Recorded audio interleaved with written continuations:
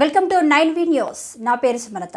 ఎన్టీఆర్ జిల్లా పెనుగంచిప్రోలు కేంద్ర ప్రభారీ బృందం పర్యటన నేటి నుంచి 3 రోజుల పాటు ఎన్టీఆర్ జిల్లాలో పర్యటించనున్న సీనియర్ అధికారి అశోక్ బాబు నేతృత్వంలో ప్రత్యేక బృందం. శ్రీ లక్ష్మీ తిరుపతమ్మ అమ్మవారి దేవాలయంలో ప్రత్యేక పూజలు.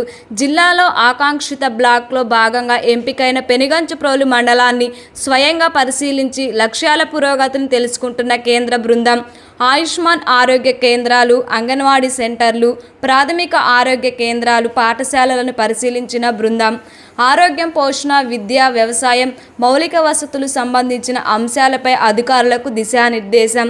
పర్యటనలో భాగంగా ఆయా గ్రామాల ప్రజలతో ముఖాముఖి కార్యక్రమాలు నిర్వహించనున్న బృందం.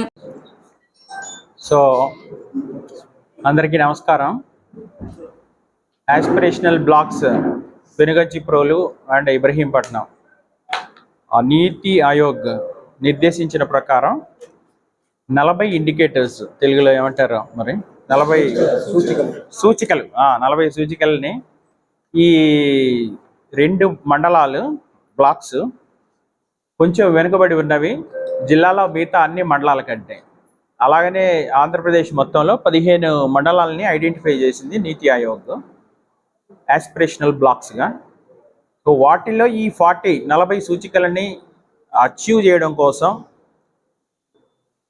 ఈ ప్రాంతంలో తిరిగి వాళ్ళని కొంచెం ఎంకరేజ్ చేసి ఆఫీసర్స్ని, డిఫరెంట్ డిపార్ట్మెంట్స్ని, సో వాళ్ళని ఎంకరేజ్ చేయడం ద్వారా వాళ్ళు స్పీడప్ చేస్తారు ఆ వర్క్.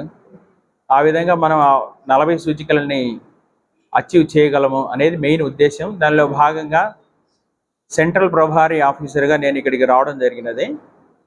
ఈరోజు పెనుగంచిప్రోలు మండలంలో మార్నింగ్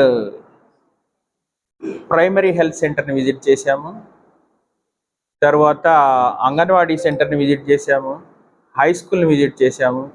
అక్కడ కావాల్సినటువంటి 40 ఇండికేటర్స్, అంటే మన డెవలప్ అయినది ఈ మండలం బ్లాక్ అని చెప్పడానికి ఒక 40 సూచికలు ఉన్నాయి.